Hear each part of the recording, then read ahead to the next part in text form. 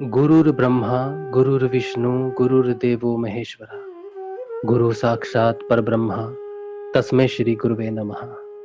तस्मै श्री गुरुवे नमः। तस्मै श्री गुरुवे नमः। बोलो समर्थ सदगुरुदेव संत श्री रामलाल जी सियाग की जय। जय हो। बोलो शिव अवतारी महायोगी बाबा श्री गंगाई नाथ की जय। जय हो। बोलो दशम अवतार कल की अवतार की जय। जय हो। बोलो सनातन धर्म की जय। जय हो। बोलो पलाना धाम की जय। जय हो। बोलो जामसर धाम की जय। जय हो। बोलो काजलवास धाम की जय। जय हो। जय श्री गुरुदेव, जय श्री दादा गुरुदेव। जय श्री राम। जय श्री गुरुदेव, जय श्री दादा गुरुदेव। जय श्री गुरुदेव। चलिए, अब समय है श्री गुरुदेव प्यारे श्री रामलाल जी सियाग के सिद्ध योग से आने वाले जो परिवर्तन है, जिनकी हम बात करते हैं हमेशा अपने सत्संग में, और गुरुदेव की वाणी की बात करते हैं, उनकी शिक्षा जो है उसमें हमारे जो प्रश्न हैं, हमारा जो परिवर्तन है उसको ढूंढने की कोशिश करते हैं। तो यही हमारा सत्संग रहता है। आप सब अपना जो साधना है, अपना जो एक्सपीरियंस है साधना का, वो आप शेयर कर सकते हो। अपना अनुभव स्पेसिफिकली जो आप में बदलाव आया है वो आप शेयर करो। और अगर आपका कोई प्रश्न हो तो उस प्रश्न को भी आप पूछ सकते हो सबके सामने। कोई ना कोई गुरु भाई ज़रूर आपकी उस प्रश्न का समाधान उसके पास हो सकता है। अच्छा, पारुल हैं ऑनलाइन, तो पारुल आप क्या समाधि पे हो? चलिए, बहुत बढ़िया। तो सबसे पहले समाधि के दर्शन करते हैं गुरुदेव के सीधा पलाना से। जो लोग आप इस पे हो, यूट्यूब पे हो, ये मैं आपको लिंक दे रहा हूँ। ये गूगल मीट का लिंक है। इस लिंक के माध्यम से आप ज्वाइन कर सकते हो गूगल मीट, और गूगल मीट में आप गुरुदेव की समाधि के दर्शन कर सकते हैं। फिर हम परिक्रमा भी करते हैं, तो आप ज्वाइन कर लो। जय श्री गुरुदेव पारुल। जय श्री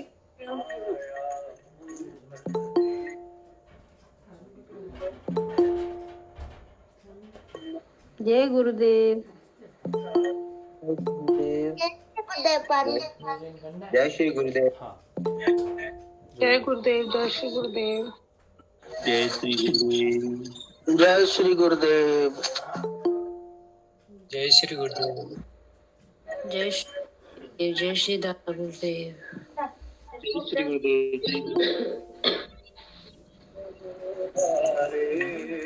ज्ञान खड़क दे करके गुरु सब संघारे। जय जय।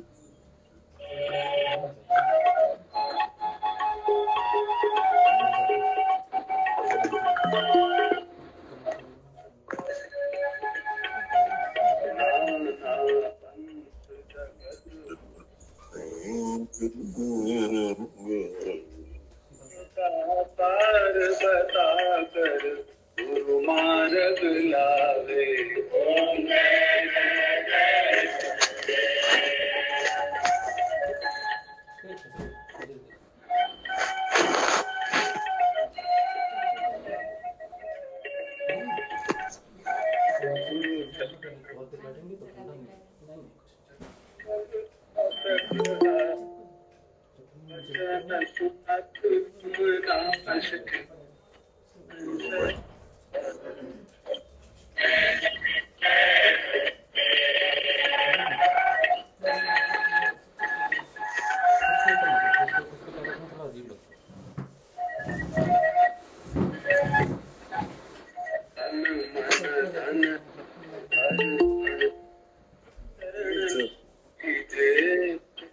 ब्रह्मानंद परम पद, ब्रह्मानंद परम पद।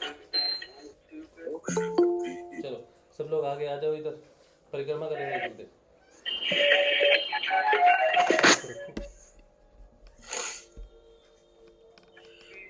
जो लोग आप YouTube पे हो, जो ज्वाइन नहीं कर सकते, आप यहाँ से देखो।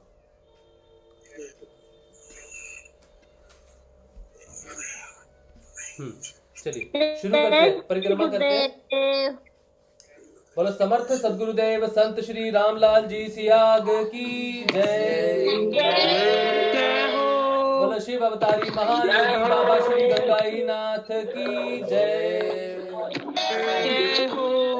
बोलो दशम अवतार कल की अवतार की जय। बोलो सनातन धर्म की जय। बोलो पलाना धाम की जय। बोलो जामसर धाम की जय। बोलो काजलवास धाम की जय। बोलो कल की अवतार की जय। बोलो समर्थ सदगुरुदेव चौधरी श्री रामलाल जी सियाग साहब की जय। जय श्री गुरुदेव, जय श्री दादा गुरुदेव, जय श्री गुरुदेव, जय श्री दादा गुरुदेव, जय श्री गुरुदेव, जय श्री दादा गुरुदेव। एक और परिक्रमा है ना, एक और परिक्रमा है, 2 हुई है ना अभी। जय गुरुदेव, परमानेंट तो करो जल्दी। 2 हुई, हाँ तीसरी परिक्रमा। जय श्री गुरुदेव, जय श्री गुरुदेव, जय श्री कल की अवतार, जय श्री कल की अवतार, जय श्री गुरुदेव, श्री गुरुदेव, जय श्री गुरुदेव, जय श्री गुरुदेव। बोलो समर्थ सदगुरुदेव संत श्री रामलाल जी सियाग की जय। बोलो कल की अवतार की जय। बोलो सनातन धर्म की जय। बोलो श्री दादा गुरुदेव की जय। जय हो, जय हो, जय श्री गुरुदेव, जय श्री गुरुदेव, जय श्री दादा, जय श्री गुरुदेव, जय हो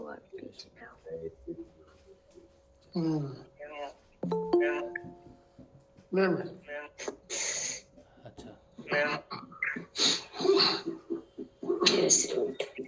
उम्मीद है कि सबको दर्शन हो गए होंगे गुरुदेव के।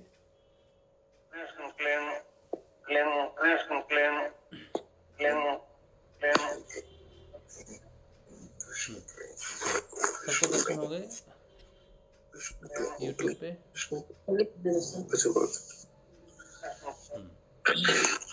जय श्री गुरुदेव।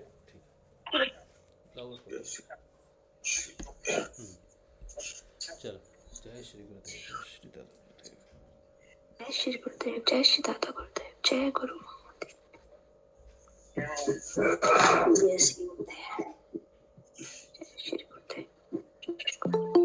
जय श्री गुरुदेव। चलो, thank you Parul, thank you so much. जय श्री गुरुदेव, जय श्री दादा गुरुदेव। Thank you Parul. चलिए, तो ये गुरुदेव के दर्शनों के लाभ हर थर्सडे को गुरु बहन पारुल के माध्यम से होते हैं हमें। तो ये गुरुदेव का आशीर्वाद है, कि उनका प्यार है कि हमें हर थर्सडे को वो आशीर्वाद देते हैं, इस रूप में देते हैं। चलिए,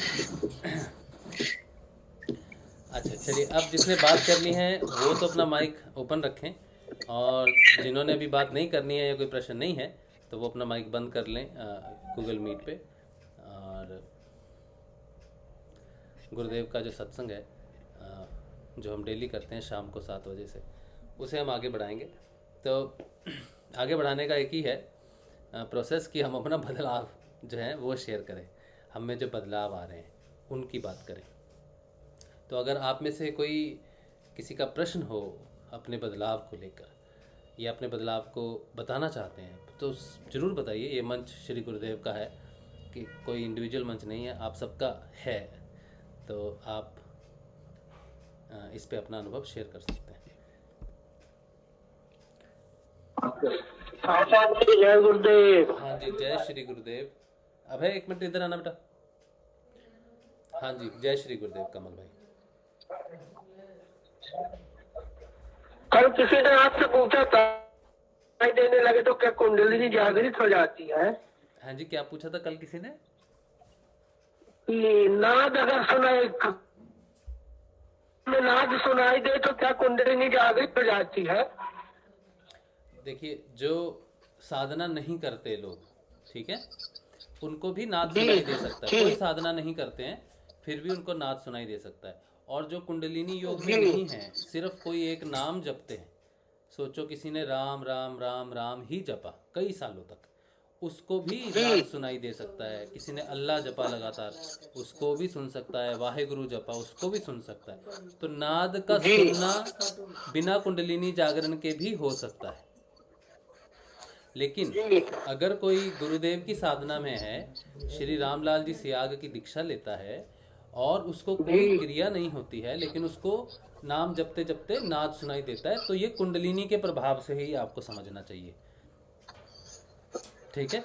अगर गुरुदेव की साधना में आपकी प्रगति होती है तो वो कुंडलिनी के माध्यम से ही है। ये महायोग जो है, शक्ति योग जो है, ये कुंडलिनी के माध्यम से ही संचालित करते हैं गुरुदेव, कुंडलिनी के माध्यम से ही कार्य करते हैं। तो अगर सिद्ध योग में आने के बाद नाद सुनाई देता है तो वो गुरु कृपा है, और इस योग का मुख्य वाहन या कह लो, शक्ति कह लो, वो माँ कुंडलिनी ही है। आपको सुनाई दे रहा है नाद? नहीं सर जी। अच्छा, ओके, ठीक है। आप बाकी ठीक हो, बढ़िया हो? जी जी सर जी। अच्छा, ठीक है, चलिए, बहुत बढ़िया। जय श्री गुरुदेव।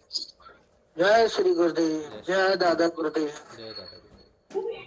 अच्छा, एक प्रोग्राम होने वाला है गुरु माँ के पैतृक गांव में। मेरा फ़ोन देना चलो। दादा गुरुदेव की बरसी जो मनाई जा रही है 30-31 को, उससे 2 दिन पहले। तो जो भी साधक हैं जो जाना चाहते हैं, मैं आपको एक बार बता देता हूँ इसके बारे में।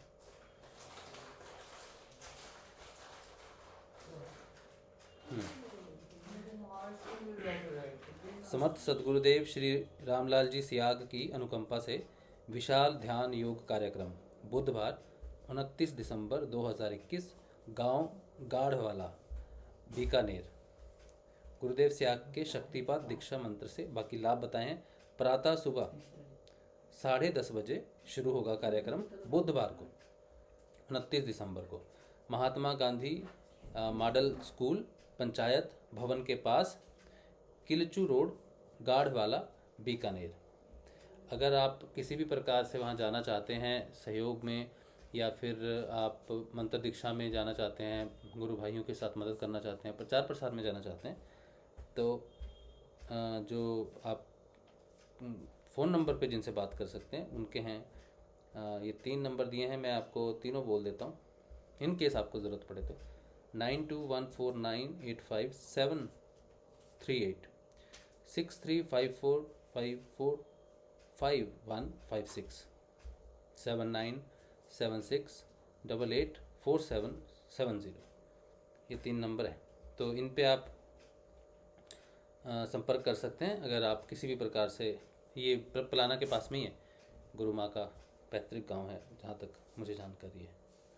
तो अगर आप जाना चाहते हैं इस समय तो जा सकते हैं, उस ध्यान कार्यक्रम में भी शामिल हो सकते हैं। और 2 दिन बाद वहाँ पर आप फिर दादा गुरुदेव की समाधि स्थल पे भी एक भव्य आयोजन किया जा रहा है, भंडारा, जो वार्षिक भंडारा उनके निर्वाण दिवस पे होता है, वो किया जा रहा है। शाम भजन संध्या है, और फिर गुरुदेव का दीक्षा अगले दिन का शायद दीक्षा कार्यक्रम वहाँ पर होगा, तो वहाँ भी आप जा सकते हो। तो 2 कार्यक्रम हैं बिल्कुल पास में।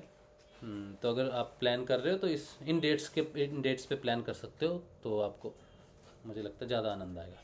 ठीक है, चलिए, अब आप में से कोई अगर कुछ कहना चाहता है तो। जय गुरुदेव। आज गुरु माँ से ना बात हुई। अच्छा। और माँ बोली कि वहाँ भंडारे में आओ। हाँ, तो बुलाया, आपको जाना पड़ेगा क्या? नहीं, मैं भंडारे में तो अब वो जैसी गुरु इच्छा। फिर बोली, मैं बोली तुम्हारे गुरु है ना कृष्ण थे, तो मैं बोली आप भी तो राधा हूँ? तो बोली हाँ मैं राधा हूँ। 2 बार बोला माने ऐसे कड़क आवाज में, हाँ मैं राधा हूँ, अपनी तरफ उंगली करके। हाँ। मैं तो खुशी से नाचने लगी। हाँ, तो आज खुद ही बोल दिया। हाँ, वो तो माँ ने तो काजलवास में कहा था कि राधा के बिना कृष्ण आता। जनरली माँ बोलती है कृष्ण के बिना राधा आता, तो माँ कभी कभी बीच में, आप सुनो ध्यान से, वो कहती है राधा के बिना कृष्ण आता। माँ ने 2 बार बोला कि हाँ मैं राधा हूँ, अपनी तरफ उंगली करके, हाँ मैं राधा हूँ। ये तो हमें कंफर्म हो गया था काजलवास में ही, जगत जननी ये तो पक्का है। हाँ, ये लेकिन देखो, एक माया का आवरण ऐसा रहता है, ठीक है। अगर वो तुम्हारे सामने साक्षात भी प्रकट हो जाए ना, तो अगले दिन वो कुछ ऐसी बात आपसे कर लेगी कि आप पे वो माया का आवरण वापस चले जाएगा। वो पूरे जो माया जगत है ना, इसकी रानी है समझ लो, ठीक है। तो उसको पहचानना उसकी इच्छा के बिना असंभव है। अगर उसकी इच्छा होगी कि मेरे को जानो तो ही आप जान सकते हो, वरना नहीं जान सकते उसको।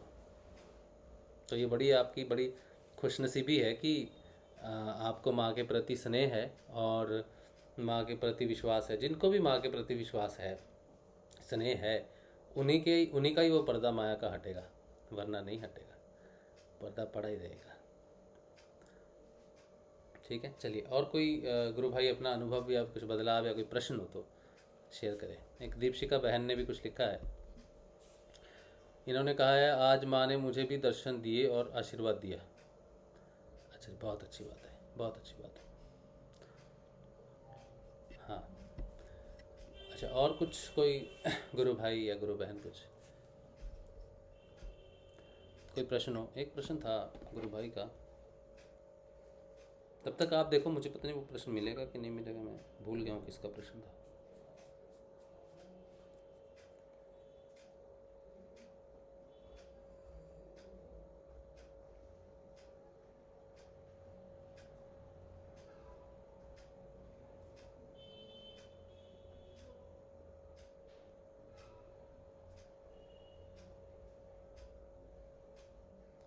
प्रश्न तो मुझे ठीक से समझ भी नहीं आया एक्चुअली।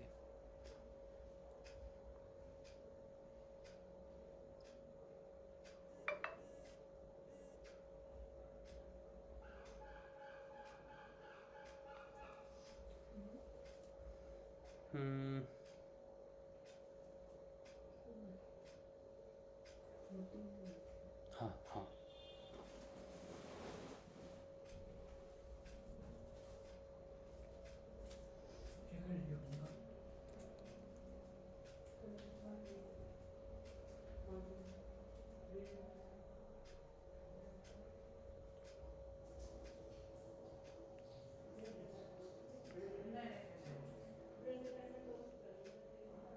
हाँ, ये नमन, आप क्या हो सेशन में? अगर तो आप सेशन में हो तो आप पहले तो अपना जो प्रश्न है ना, इसको थोड़ा सा और क्लियर करो, फिर भी मैं पढ़ देता हूँ। अगर आप हो तो इस तरफ ज्वाइन कर सकते हो गूगल मीट और बात कर सकते हो, वरना मैं आपका प्रश्न पढ़ता हूँ। ये 2 दिन पहले का क्वेश्चन है। कहते हैं, गुरु ब्रह्मा गुरु विष्णु गुरु देवो महेश्वरा, गुरु साक्षात परब्रह्म क्यों है? तो इतना इन्होंने लिखा है। अब ये प्रश्न जो है थोड़ा सा मुझे समझ नहीं आया क्या कहना चाहते हैं, कि गुरु ब्रह्मा है, गुरु विष्णु है, गुरु महेश्वर है, गुरु साक्षात परब्रह्म क्यों है? मतलब, या फिर ये कहना चाहते हैं कि ऐसा क्यों कहा गया है कि गुरु ब्रह्मा विष्णु महेश है, इवन साक्षात परब्रह्म है, ऐसा क्यों कहा जाता है गुरु के बारे में? ये भी इनका प्रश्न हो सकता है। कोई इसका जवाब देगा?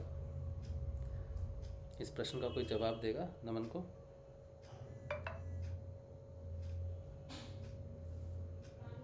जय गुरुदेव।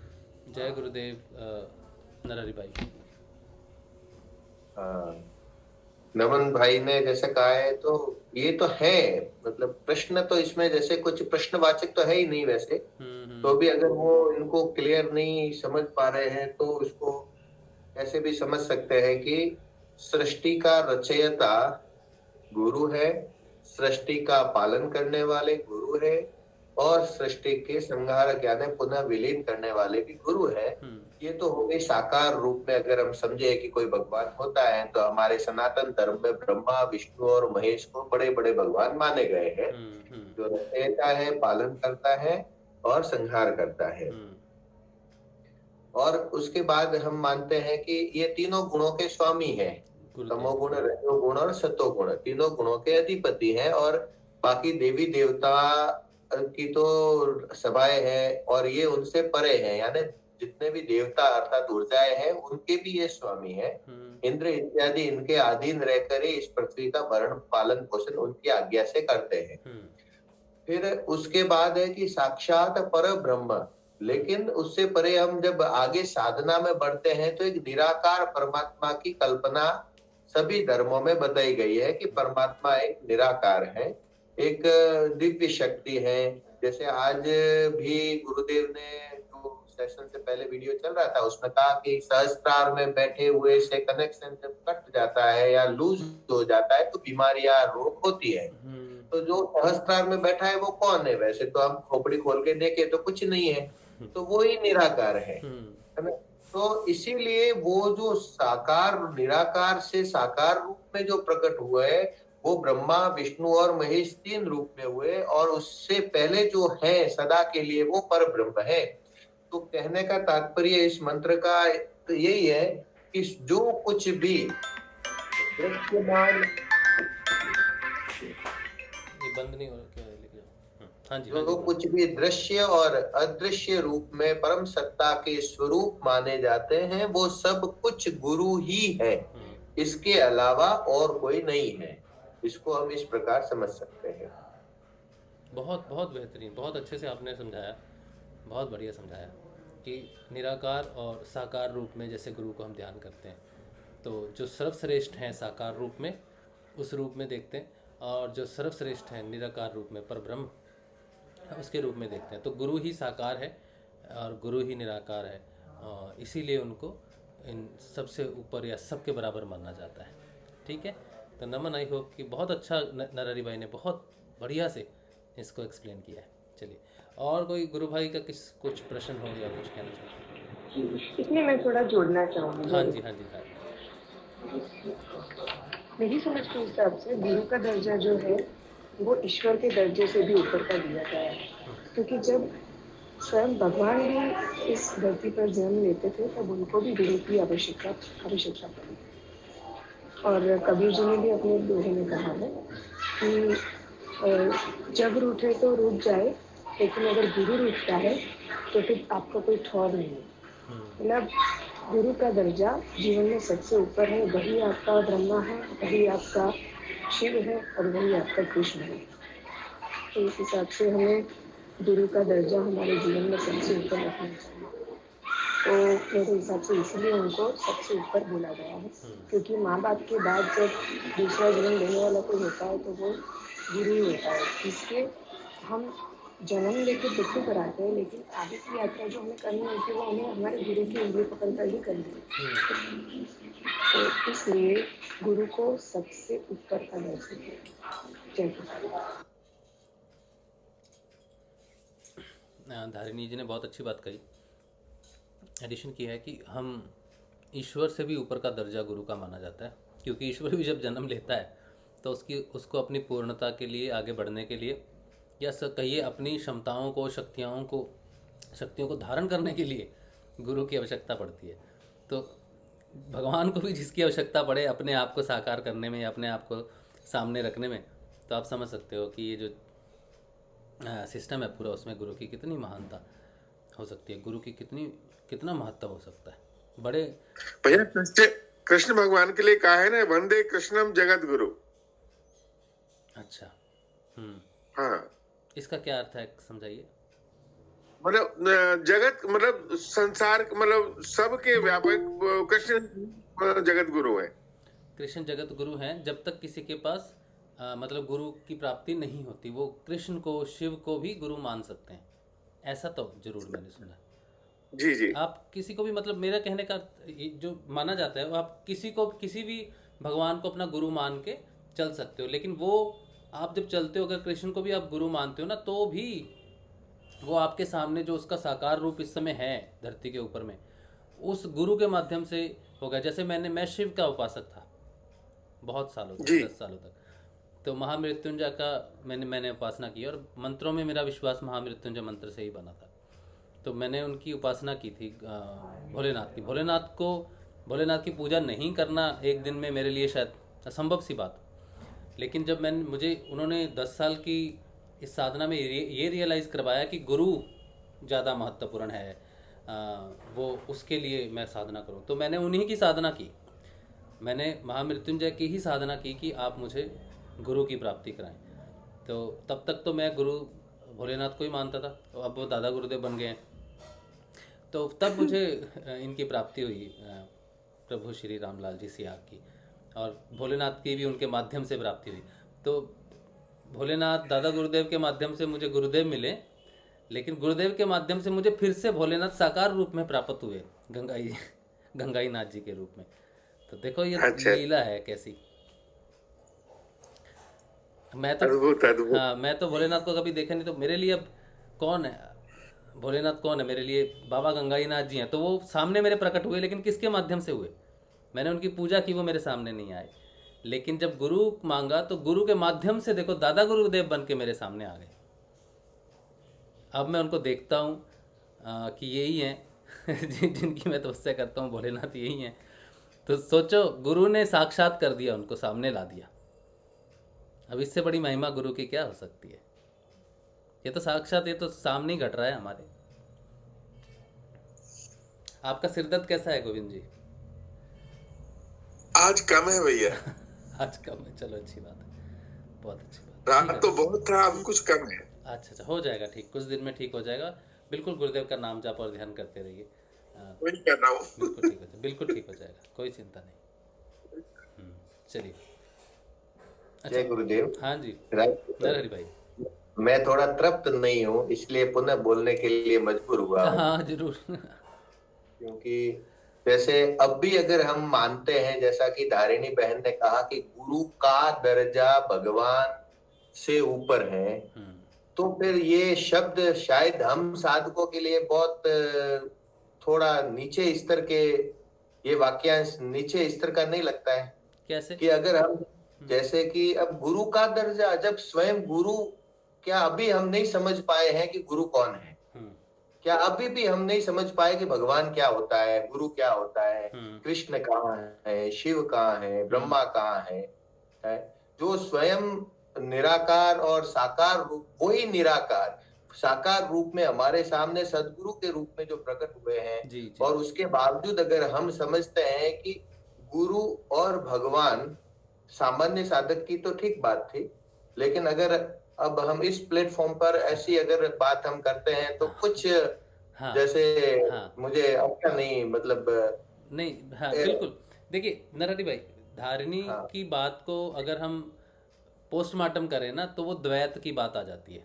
हाँ। तो लेकिन हम इसलिए उस चीज में नहीं जाते, कई बार इतना डिटेल में नहीं जाते हर चीज को, कि कई बार शब्द नहीं होते हमारे लिए उस चीज को एक्सप्लेन करने के लिए कि गुरु क्या है। तो उन्होंने गुरु को एक्सप्लेन करने के लिए, भगवान की तो महिमा है, तो उन्होंने जस्ट बताने के लिए कि वो जब आपके प्रोग्रेस है, तो भगवान से ऊपर जब आप भगवान को पा लेते हो, भगवान को खुश कर लेते हो, तो भगवान आपको थोड़ा ऊपर उठाता है, उसका रियल स्वरूप दिखाता है कि देख मेरा रियल स्वरूप गुरु का है।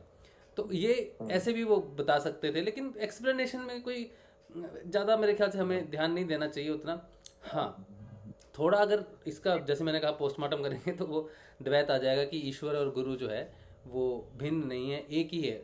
गुरु का जो स्वरूप है वो ईश्वर का अंतर स्वरूप है जो हमें प्राप्त होता है। गुरु की ही इच्छा, ईश्वर की इच्छा से ही उसका मूल स्वरूप हमें प्राप्त होता है जो गुरु का है। तो गुरु ईश्वर का मूल स्वरूप है, ऐसा कहते तो शायद विवाद की बात नहीं होती या अतृप्ति की बात नहीं होती, लेकिन कुछ चीज़ें हमें अंदर ही सॉर्ट आउट ऑपरेशन करके करनी पड़ती हैं, और अभी ठीक है। और उन्होंने, गोविंद जी ने जो कहा ना, वो ऐसा है, वसुदेवम सुतम देवम कंच चारुण मर्दनम देवकी परमानंदम कृष्णम वंदे जगत गुरु। ये पूरा एक है, स्तुति है। देवकी सुत गोविंद, देवकी के पुत्र गोविंद, देवकी सुत गोविंद, वासुदेव जगतपते। जो वासुदेव है वो जगत के स्वामी है। इसको भी अगर हम मतलब व्याख्या करें ना, तो वही हुए ना कि देवकी के पुत्र, वासुदेव के पुत्र जगत के स्वामी है। देवकी सुत गोविंद वासुदेव जगतपते,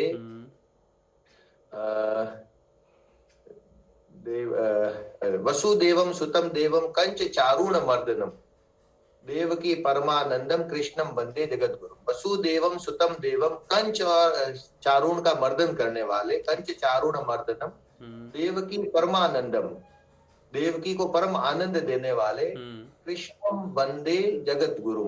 तो कृष्ण ही जगत के गुरु है, जगत के गुरु है, कृष्ण ही जगत के गुरु है। तो वहां पर वो हम उसको कृष्ण को अलग नहीं कह सकते कि वो कृष्ण कौन, वही सच्चिदानंद गीता में कहा ना, मैं ही हूँ। तो यानी वो पूर्ण जो निराकार है वो ही कृष्ण है। तो वही कृष्ण है, वही गुरु है, हमारे गुरुदेव है, वो हम कहते हैं गुरुदेव है, वही कृष्ण के अवतार है। तो कृष्ण के अवतार की तुलना में ऐसा ही कह सकते हैं कि कृष्ण निराकार के अवतार है और गुरुदेव भी निराकार के अवतार है। शॉर्टली अगर हम सीधा समझे एक चीज और यहाँ पे कह सकते हैं कि जो श्लोक या मंत्र जो लिखे जाते हैं ना, वो लिखे जाते हैं आपके परावाणी के अंदर में, ठीक है। और हम उसे पढ़ते हैं, वैखरी में समझते हैं, जनरल भाषा में।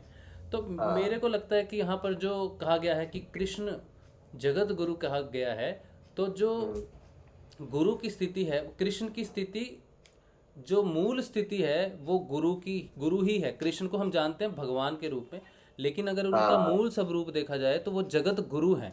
और जैसे हमारे प्रभु ने भी जन्म लिया, श्री गुरुदेव रामलाल जी सियाग ने जन्म लिया, तो इस समय वो जगत गुरु ही एक तरह से हैं, क्योंकि वो कहते हैं मैं मानव मात्र को इसका अधिकारी मानता हूँ। तो उसका कहने का अर्थ है कि मैं मानव मात्र को अपना शिष्य ग्रहण करता हूँ, मान सकता हूँ अगर वो मेरी शरण में आ जाए। तो एक जगत गुरु ही है जो कह सकता है कि पूरा विश्व जो है वो मेरी संतान है और मेरे पास आके वो दीक्षा ले सकता है। तो गुरुदेव ने जगत गुरु वाली ही बात कही है, कृष्ण की ही बात जो इस श्लोक में आ रही है कि वो जगत गुरु है।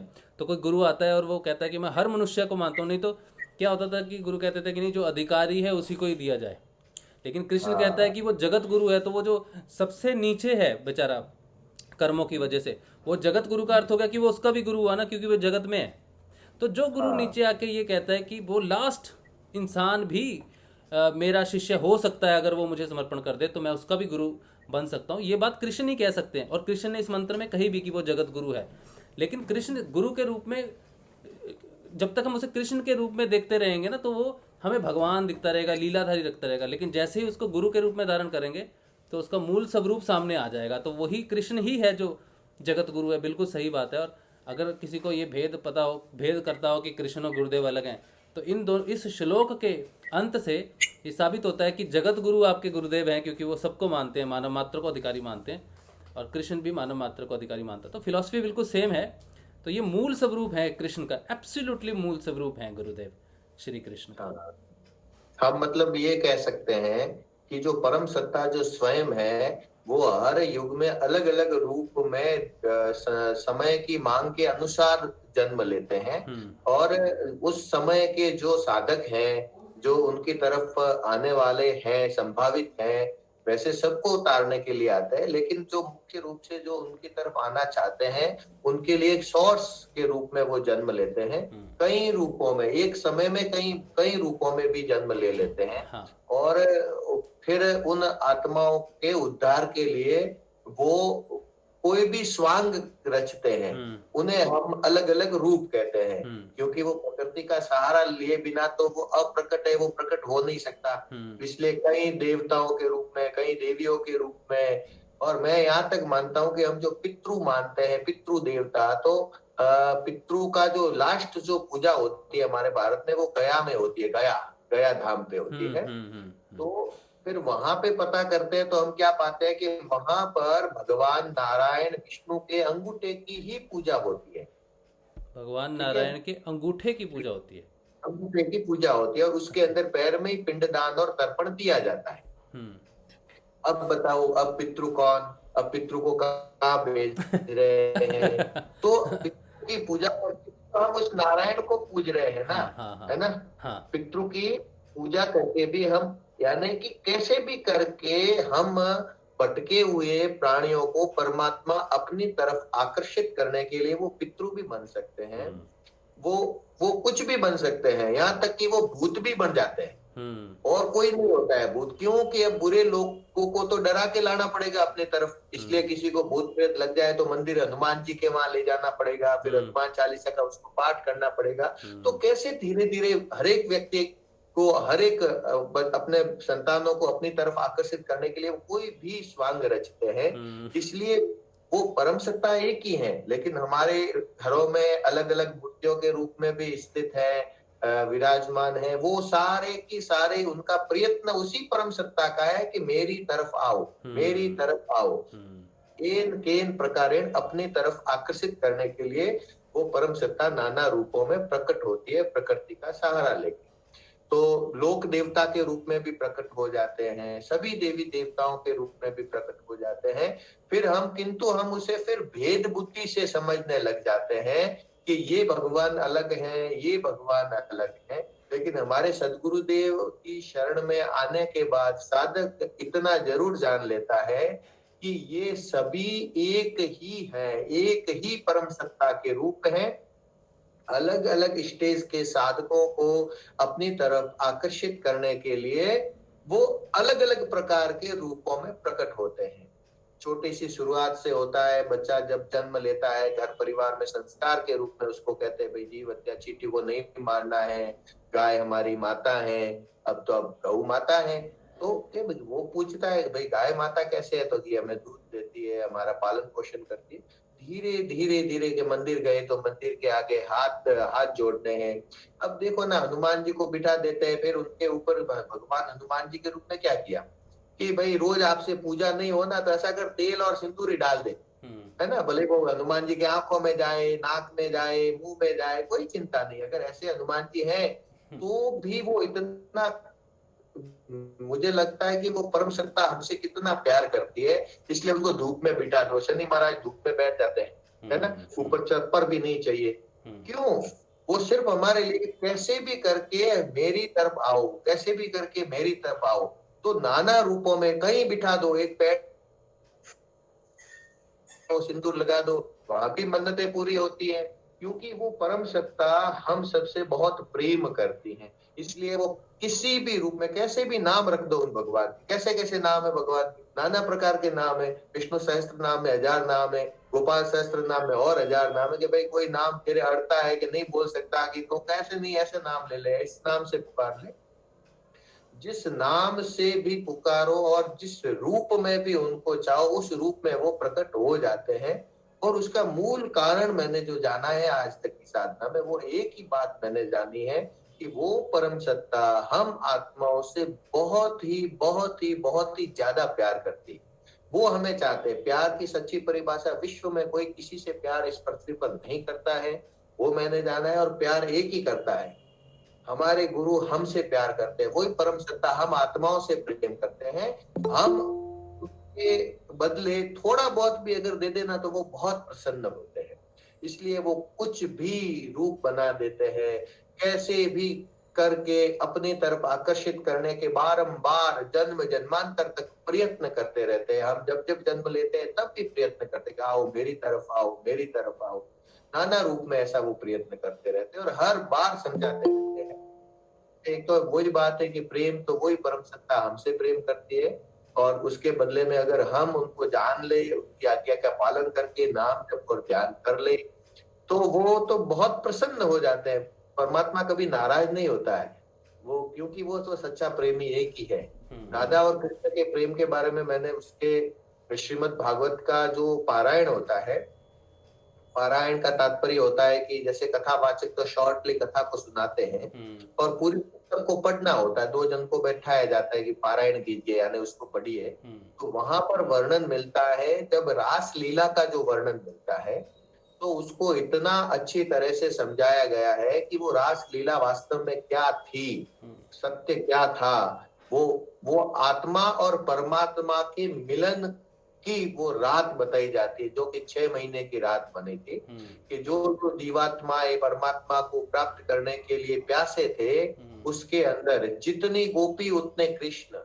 गोपी का तात्पर्य कोई स्त्री जाति से नहीं है। गोपी का तात्पर्य ये भी बताया कि मूंछ वाली गोपी और बिना मूंछ की गोपी। इससे हम समझ सकते हैं कि गोपी हम सब हैं। और उस परमात्मा, वो परम पिता परमेश्वर जिस रूप में जिसने उसको चाहा, उस रूप में उतने बन के उनके साथ खड़ा हो गया। और जिस प्रकार से उनके आलिंगन की आवश्यकता उनको अच्छा लगा, हम क्या गुरुदेव से आलिंगन करेंगे, गुरुदेव के चरणों को छुएंगे, गुरुदेव की गोदी में अपना सिर रखेंगे, हमारी यही तो लालसा रहती है अगर साकार रूप में समझा जाए तो। फिर हमारी इच्छा होती है गुरुदेव हमारे सिर पे हाथ रखे, फिर गुरुदेव हमें कुछ कहे, फिर गुरुदेव से बातें करे, फिर गुरुदेव हमसे बातें करे, है ना। फिर हम गुरु माँ को उनके पास में महसूस करें, फिर महसूस करते ही प्रकट हो जाए, फिर कभी गुरुदेव से बात करे, फिर गुरु माँ के चरणों को छुए, फिर गुरु माँ के, है ना, गोदी में अपना सिर रखे, फिर गुरु माँ और गुरुदेव एक एक हाथ अपना हमारे सिर पे रखे।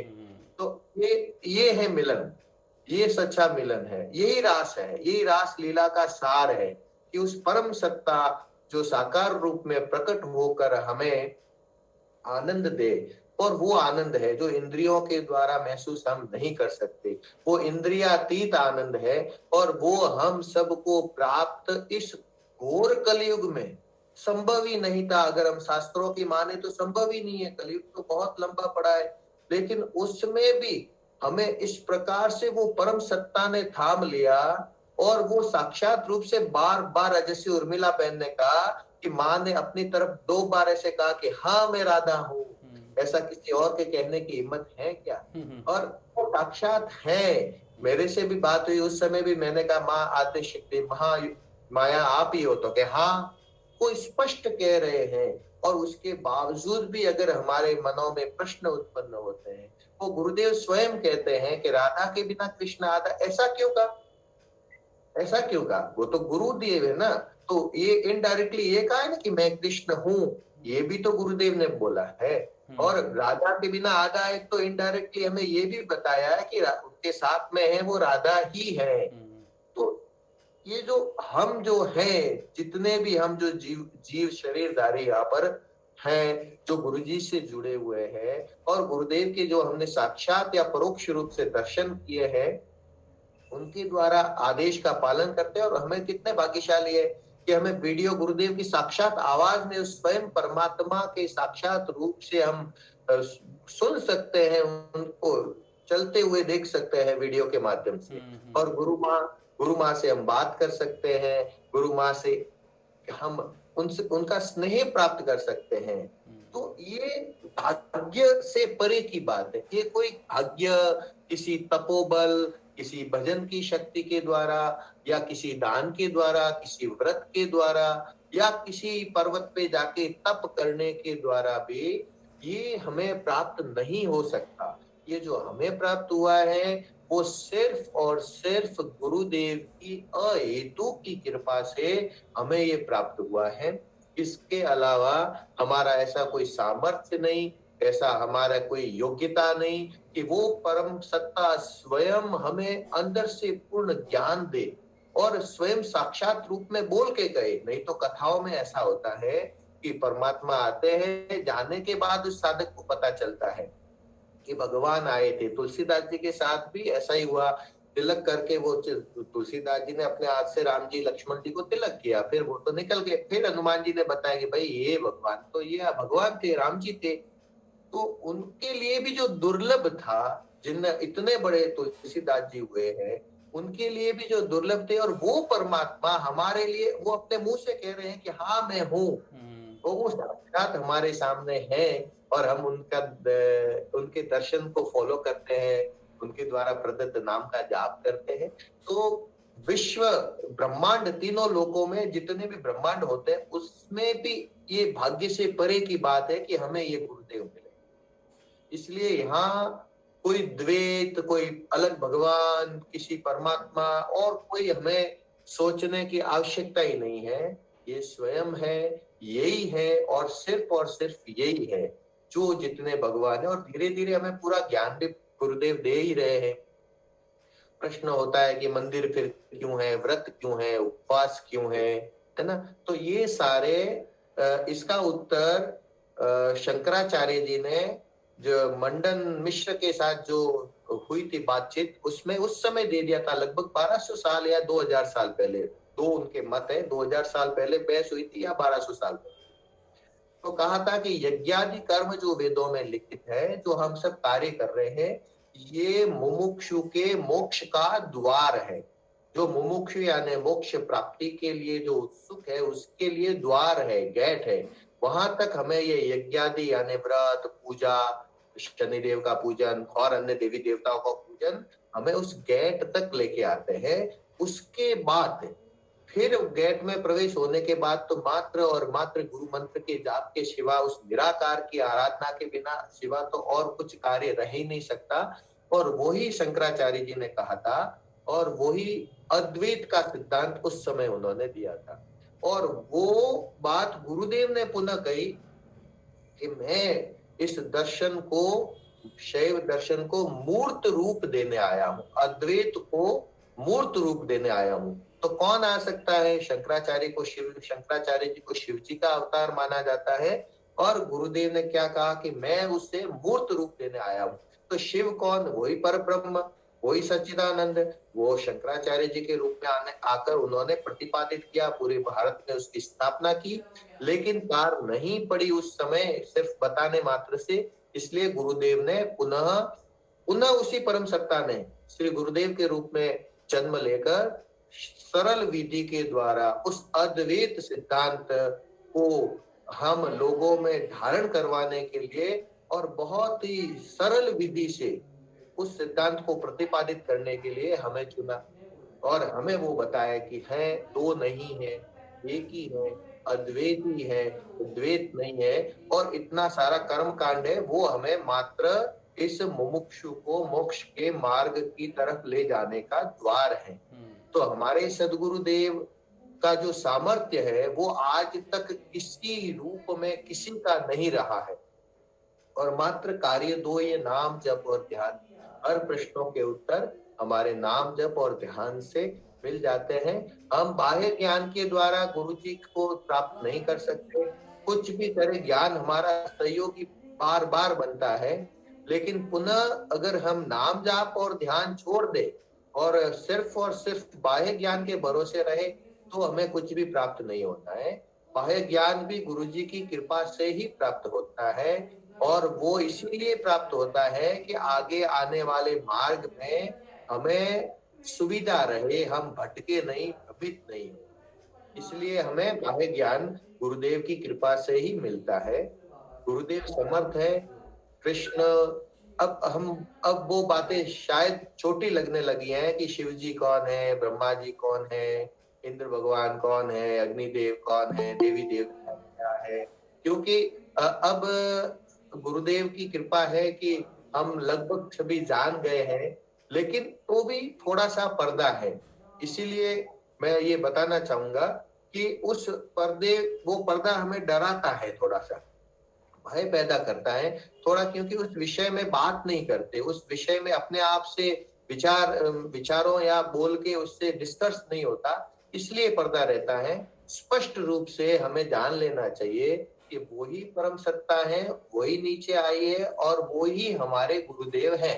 उनके सिवा और कोई कुछ भी नहीं है। आप कुछ पूजा पाठ, व्रत, उपवास, परंपराएं अगर उसमें अभी भी उलझे रहे तो शायद ये जन्म निकल गया और पुनः गुरुदेव ने इस जन्म में जितनों को पार करना है अगर नहीं हुआ तो फिर ये चक्र बहुत ही व्रत है, इस व्रत से निकलना नामुमकिन है, मुश्किल नहीं है, नामुमकिन है। तभी ये सृष्टि की इतनी रचना चलती है।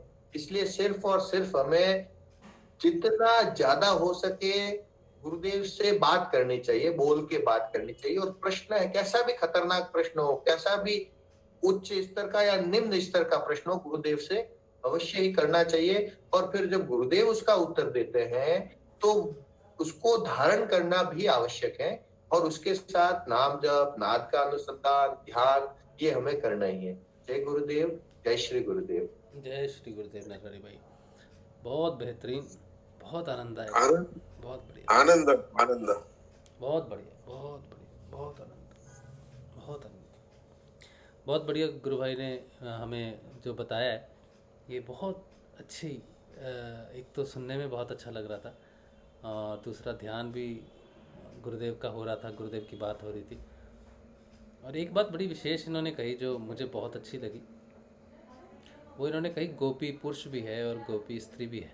मतलब अब मेरा जो अहंकार है वो पुरुष का ही है ऑब्वियसली, कि मैं पुरुष हूँ तो मैं कृष्ण को चाहूँ।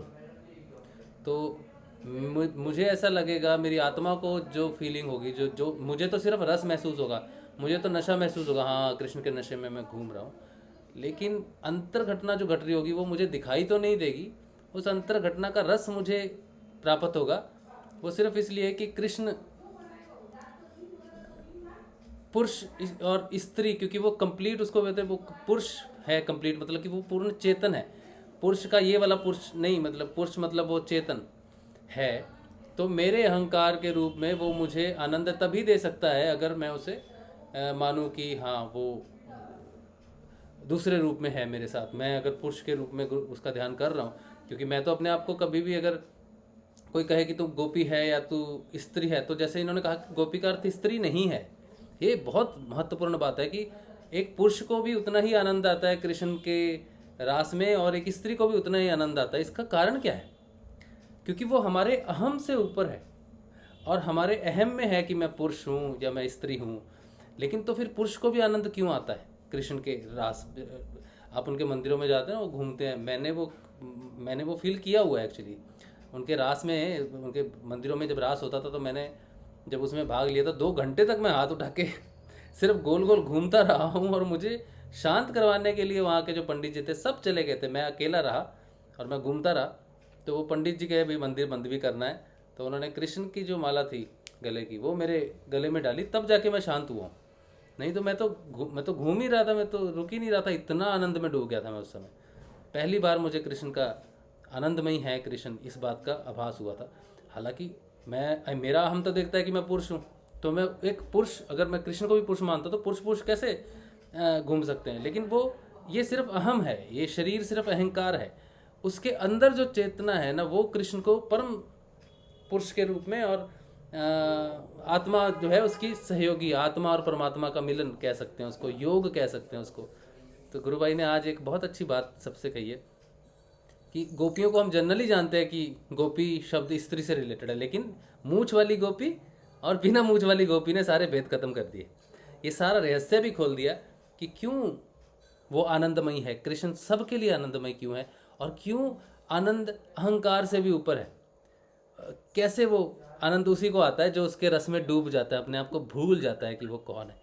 ये बहुत गहरी बात है जो गुरु भाई ने कही है। इसको समझने में मुझे लगता है कि मुझे कई वर्ष लग जाएंगे, लेकिन हाँ, क्योंकि इसका साक्षात्कार मैं कर चुका हूँ बहुत पहले 2005 में, तो थोड़ा सा मुझे उसकी रस्सी मिल गई है जिसको पकड़ के एटलीस्ट इस बात की गहराई को मैं किसी दिन समझ जाऊँ कि वो एक्चुअल में है कौन, जिसे हम जानने की कोशिश कर रहे हैं, खोजने की कोशिश कर रहे हैं।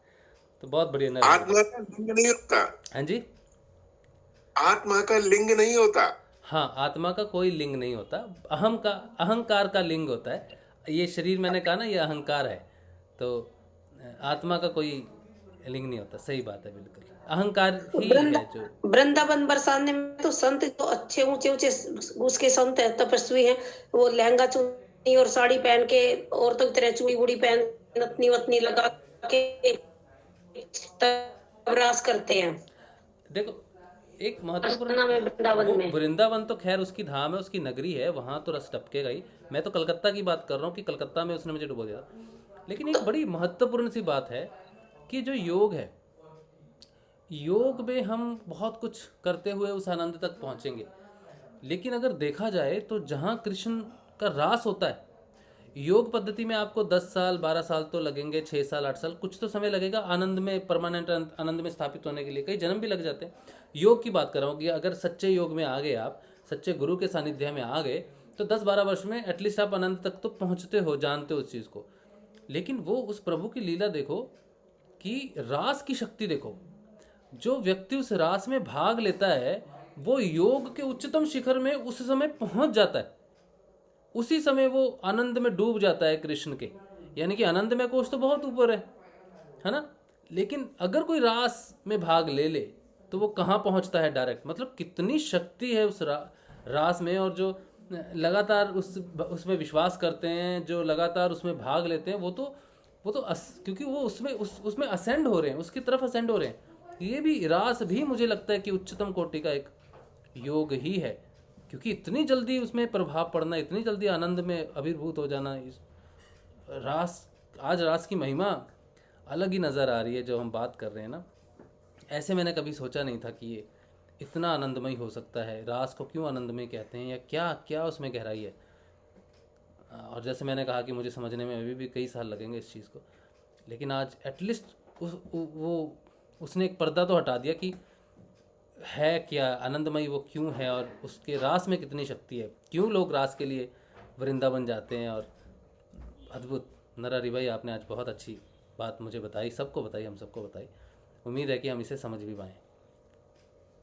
चलिए, शायद जो आपने कहा कि जो लोग वहां पर रास में जाते हैं उनको वो आनंद उसी समय प्राप्त हो जाता है, तो शायद वो क्षणिक भर का आनंद है और वो बाद में आकर तो रोजमर्रा की जिंदगी में आ जाते हैं लोग, और शायद योग वाला ये परमानेंट शायद रहे। बिल्कुल सही बात है, योग वाला परमानेंट ही है वो पहुंचने वाला। लेकिन मैं कहने की मेरी बात ये है कि हम कितने भी कुछ कर लें, हम क्षणिक भर के लिए भी अगर वहाँ पर पहुँच जाते हैं, उसकी लगन अगर लग जाती है वहाँ पर जाके, ठीक है, तो आप योग में आओ और परमानेंट वहाँ पे जाओ। मेरा कहने का अर्थ है कि रास में विनोद भाई आनंद तक जाना मतलब बहुत ऊंची स्थिति तक चले जाना, अपनी आत्म स्थिति में स्थित हो जाना, आनंदमय कृष्ण में स्थित हो जाना। आत्मा कृष्ण ही है, अंश उसका। और रास की मैं शक्ति की बात कर रहा हूँ कि रास में कितनी ताकत है कि अगर आप रास में रहो, 10 साल रास ही करते रहो, तो 10 साल भी आप नहीं मुझे नहीं लगता नीचे आ सकते, ठीक है। तो मैं रास की अगर वो क्षण भर का भी आनंद मिल जाए ना तो वो भुलाया नहीं जाता। आनंद की परिभाषा तो हमें पता चल जाएगी एटलीस्ट। मेरे साथ में ऐसा हुआ था, मथुरा वृंदावन गए हुए थे हम लोग, वहाँ पे अंग्रेज लोग थे, वो नाच रहे थे और मैं भी वहाँ पे बस घूमने लगी। और मैं बता नहीं सकती कि वो आनंद आज भी मैं भुला नहीं पाई। ऐसे नहीं लग रहा कि मैं पृथ्वी पे हूँ, पता नहीं, ऐसे लग रहा मैं जाने कहाँ हूँ, कहाँ पहुँच गई। सही में मतलब विनोद भाई की बात बिल्कुल सही है कि योग एक ऐसा मार्ग है जहाँ पर उस स्थिति को परमानेंटली पाया जा सकता है। लेकिन वो स्थिति है कि अगर इसको जानना है तो जीवन में कम से कम एक बार रास में भाग जरूर लेना चाहिए।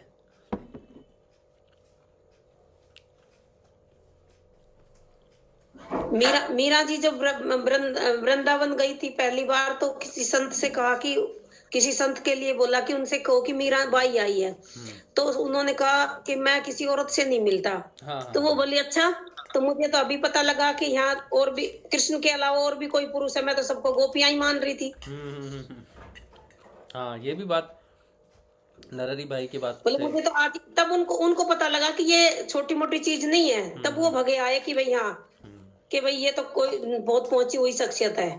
उन्होंने कहा कि मुझे तो लग रहा था कि एक ही पुरुष है दुनिया में, अब आज पता लगा कि यहाँ तो पुरुष दूसरा और भी है कोई। वहां तो सब गोपी भाव होता था। जब वृंदावन बरसाना जाओगे तो सब औरतें आदमी सभी मतलब सबकी गोपी भाव ही होता है। आत्म भाव कह सकते हैं। मैं कहता हूँ गोपी का अगर दूसरा नाम देखा जाए तो वो आत्म भाव ही हो गया। आत्म रूप से वो आत्मा का रास है। फिर तो शरीर को महसूस होता है। जय गुरुदेव। जय श्री गुरुदेव। आज मेरा एक निवेदन है आप लोग से। आप लोग सब लोगों की बातचीत गुरु माँ से होती है आजकल इन दिनों, पर आप लोगों को हम कभी याद नहीं आते, जबकि मैंने न जाने कितनी दफा आप लोगों से रिक्वेस्ट की है। और उर्मिला बहन की भी बातचीत हो रही है, तो मुझे बताएं गुरु माँ कहाँ पे है? गुरु माँ पलाना में है। अच्छा। हाँ, तो मैंने बोला भी था कि मुझे मतलब देखा जाए तो भगवान से मिलना भी अर्जेंट नहीं होता है, पर मुझे मैंने अपनी बात बताई थी कि मुझे मिलना है, दर्शन सिर्फ हो जाता, हम तो वहां नहीं जा पाएंगे अभी फिलहाल जो कंडीशन है भारत की। और ऐसा भी नहीं है कि जाए और जाकर के हम मिल ही लें। हाँ, तो अगर आप लोग का कोई भी थोड़ा हमारे प्रति थोड़ा भी स्नेह है तो आप लोग हमको उनसे दर्शन करवाइए ना। हमको जरूरी है। ठीक है विजय बहन, मैं कोशिश करूंगा। ठीक है, लेकिन मैं बात करता हूँ और फिर वीडियो कॉल करूंगा उसी समय, जिस समय भी होगा। मुझे बहुत जरूरी है गुरु माँ का दर्शन करना। ठीक है। मैं बहुत दिन से, मैं तो याद ही करती हूँ उनको, तो रोने लगती हूँ। मुझे तो मतलब याद रोना नहीं, लेकिन माँ के सामने जब माँ से बात करोगे ना तब नहीं रोना, नहीं तो वो भावुक हो जाएगी, फिर वो लाइन कट जाएगी। ठीक है, पक्का होगा, पक्का। हाँ, तो मैं कड़क होगी तो पक्का होगा। मैं भी 3 दिन तक रोई थी माँ के लिए। लेकिन हमें उनके सामने रोना नहीं। मैं भी जब गुरु माँ से पहली बार मिला था तो रोने लग गया था, तो उन्होंने कहा रो मत, नहीं तो माँ रो पड़ेगी। तो मैं अपने आप को कंट्रोल किया था। तो ये स्वाभाविक सी बात है विजय बहन, आप बस, मैं कोशिश करूंगा, ठीक है, ऐसा नहीं कि कल परसों ही, लेकिन मेरे मैं हस्बैंड दोनों ही बहुत ही इंतजार कर रहे हैं। वो हमें डेली एक बार पूछते हैं, अच्छा कुछ पता चला, कुछ पता चला। तो हम तो बहुत दिनों से आपके साथ इस लिंक पे नहीं ऐड हो रहा है। अभी मैंने मैसेज भी किया था मुझे लिंक भेजो यूट्यूब पे। अच्छा, मुझे नहीं मिला। मेरा लिंक ही खो गया था। फिर अभी हम ग्रुप में देखे कि हाँ लिंक मिल गया है, तो फिर अभी हम लगाए आपके पास। तो आप लोग थोड़ा सा हेल्प करो ना मेरा। इतनी दफा मैंने बोला है आप लोगों को। देखो ये हमारे से नहीं होगा विजय बहन, ये हमारे बस में नहीं है। नहीं, गुरु भाई के पास है ना, वहाँ पे है ना, वो अपने बेटे के पास रह रही है ना। तो आपको किसी भी माध्यम से दर्शन हो, किसी भी माध्यम से, आप में और गुरु माँ में सिर्फ वो व्यक्ति उस समय ही माध्यम बनेगा जिस समय वो समय आएगा। अगर आप ये कहेंगे कि हम नहीं करवा रहे या कोई नहीं कर रहा आपके लिए, तो वो नहीं, वो है ही नहीं कुछ। जब वो समय आएगा जब आपकी माँ से भेंट होनी है, बात होनी है, तो माध्यम कुछ भी बन सकता है। तो आप गुरु माँ से प्रार्थना कीजिए और मैं ध्यान रखूंगा इस बात का, एक बार प्रार्थना भी करूंगा, ठीक है, कि आपसे बात हो जाए। तो जब भी उनसे बात होती है और मैं आपको कॉल लगाऊंगा, वो क्या समय होगा उसी समय मैं आपको कॉल करूंगा, ठीक है। मेरी तरफ से मैं आपको इतना कह सकता हूँ, ठीक है। आप तैयार रहना, जब भी मेरा कॉल आए, व्हाट्सएप कॉल आएगा तो आप अटेंड कर लेना उसको, ठीक है। ये सुबह और शाम के टाइम में तो हम जागे ही रहते हैं। आप एक बात याद रखना, भारत का और अभी हमारा यहाँ शिकागो का जो टाइमिंग है वो PM और AM मतलब 11.5 घंटे का अंतर है। पर अगर वो भी ना समझ में आए तो अभी आपकी कितनी बज रही है? अभी आपकी 8:30 बज रही, मेरी 8:30 बज रही है, आपकी 8 बज रही है। सुबह रात के 8:30 बज रहे ना आपके? हाँ, और मेरी मॉर्निंग की 8:30 बज रही है, आपकी रात की 8 बज रही है। तो आप ऐसे ही रखना कि AM और PM में आधे घंटे का अंतर है। आप आधे घंटे पीछे हो AM और PM में। और ऐसे एक्चुअल ज्योग्राफिकल वे में देखना है तो आप 11.5 घंटे भारत आगे है अमेरिका से, अभी शिकागो से, इलिनॉय से। हाँ, ठीक है, लेकिन उस समय जिस समय कॉल आएगा उस समय तो मैं समय नहीं देखूंगा, उस समय तो मैं कॉल करूंगा सीधा। हाँ, रात के 12 बजे तक जागे रहते, और दिन तो दिन ही है मेरा, हम तो हमेशा ही जागे ही रहते हैं दिन में। ठीक है, चलो मैं ध्यान रखूंगा। लेकिन मेरे कहने से कुछ नहीं होता विजय बहन, ये भी आप ध्यान रखना। लेकिन मैं डेफिनेटली ध्यान रखूंगा इस बात का। लेकिन डिपेंड करता है कि आप और माँ के बीच में क्या चल रहा है, ये आप दोनों जानो, ठीक है। ठीक है, आप एक माँ तो हमको सपने में दर्शन दिए, पर आप लोग हमको देखने का बहुत मन है। आप लोग एक बार कोशिश कीजिएगा ना। बिल्कुल, हम कोशिश करेंगे कि जरूर आपको दर्शन हो। मैं कोशिश करूंगा, ठीक है। बाकी आप माँ मैं और मेरे हस्बैंड डेली याद करते हैं। अब इतना याद करने में भी नहीं हो तो थोड़ा सा दुख लगता है कि मेरा इतना गुरु भाई बहन जा रहा है। देखो मेरी बात, आप तो ना एक तो आपकी पता क्या, आप पीछे पड़ जाते हो उस चीज के। आपने सिर्फ प्रेम से याद करना है और वो जरूर आपको दर्शन देंगी। लेकिन आप ये मत सोचो कि हम लोग कुछ कर सकते हैं। हम लोग कोई भी कुछ नहीं कर सकता। ये आप अपने मतलब सही से समझ लो इस बात को कि हमारी कोई औकात नहीं है कहीं भी, ठीक है। तो सिर्फ और सिर्फ आपका भाग्य है और मेरा भाग्य है या किसी दूसरे का भाग्य है कि माँ के दर्शन हुए। माँ को तो लोग पहचान ही नहीं पा रहे। सबसे बड़ी बात तो ये, आपने पहचान लिया ना, आपने पहचान लिया तो वो आपको दर्शन भी दे देगी। बताऊं, जब मैं इस ग्रुप में नहीं जुड़ी थी उस समय ही हमारे यूपी में एक ग्रुप है ना, उनसे बातचीत होती थी। मैंने उसी दिन बोल दिया कि जो गुरुदेव की धर्म पत्नी है, वो गुरुदेव को ऐसे कोई भी व्यक्ति उनके करीब, मतलब जिसको बोलते हैं वो शक्ति, कोई भी ऐसी सामान्य शक्ति नहीं है। वो साक्षात देवी वही है, लक्ष्मी ही है। अगर गुरुदेव अगर कृष्ण है तो वो साक्षात देवी लक्ष्मी है। ये बात मेरा दृढ़ निश्चय था। ये आज की बातें नहीं है कि आप लोगों का सुना सुनाया हम बोल रहे हैं। मेरे पुराने गुरु भाई बहन कभी आपको मिले तो आप वो बताएंगे। मैं उनको ही ये बात विश्वास दिलाई कि वो साक्षात देवी, वो सिर्फ गुरु माँ नहीं है या कोई शक्ति प्राप्त की हुई स्त्री नहीं है, वो साक्षात शक्ति ही है। ये बात तो दृढ़ निश्चय है, जरा भी इसमें भ्रम नहीं। चलिए आप लोग आगे बात कीजिए। जय गुरुदेव। जय गुरुदेव। चलिए, और कोई गुरु भाई कुछ बात करना चाहते हैं?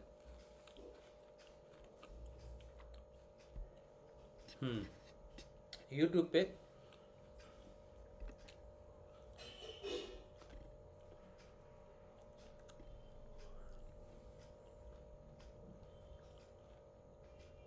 किसी गुरु भाई ने मुझे कहा कि सेशन में खाना खा रहा, कितना वो क्या बोलते हैं उसको, अब मैं जब भी खाता हूँ ना उसकी याद आ जाती है मुझे।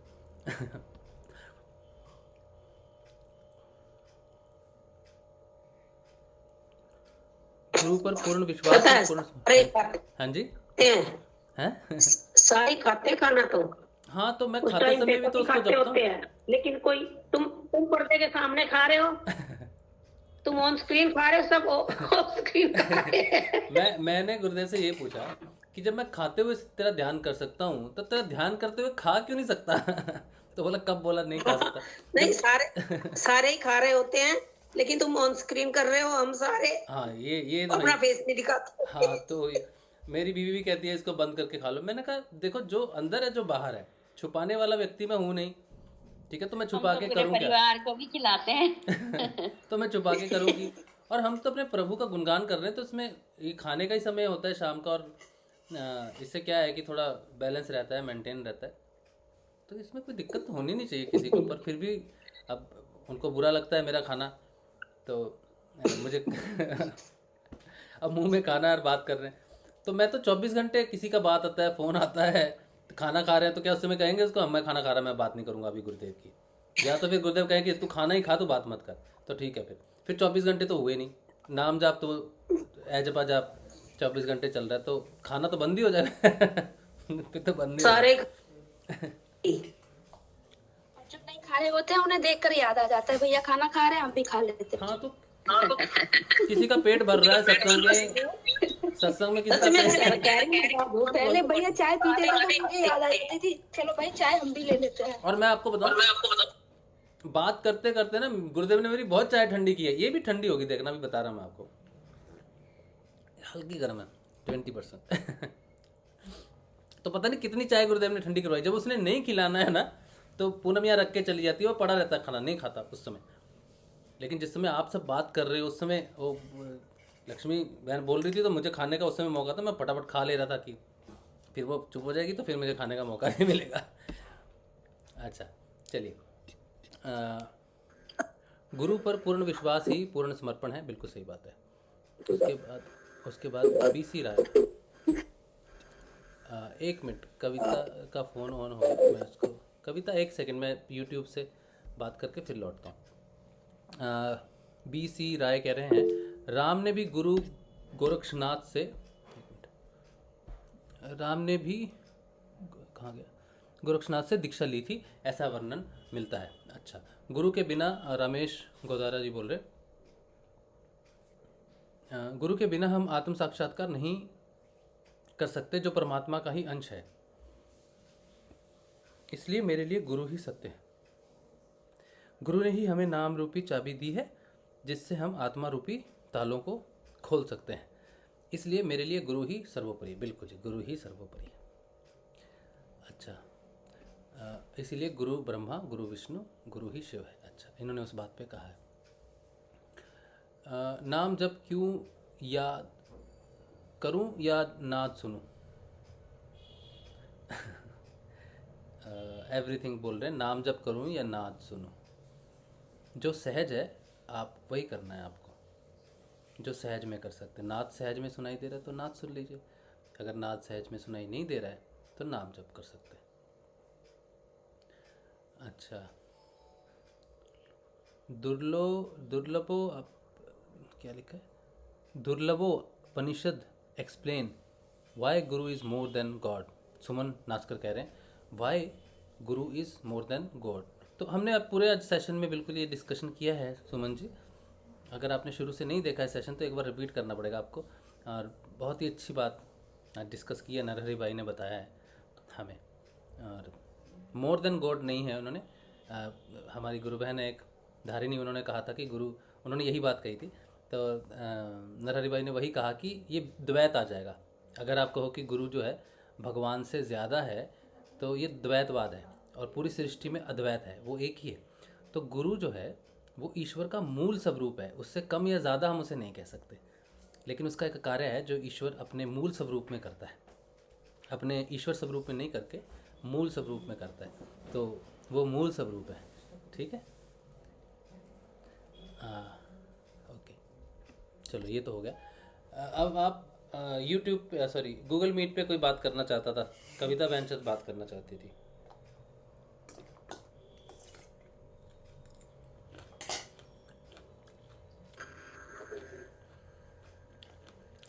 हाँ जी कविता जी, आवाज़ नहीं आ रही?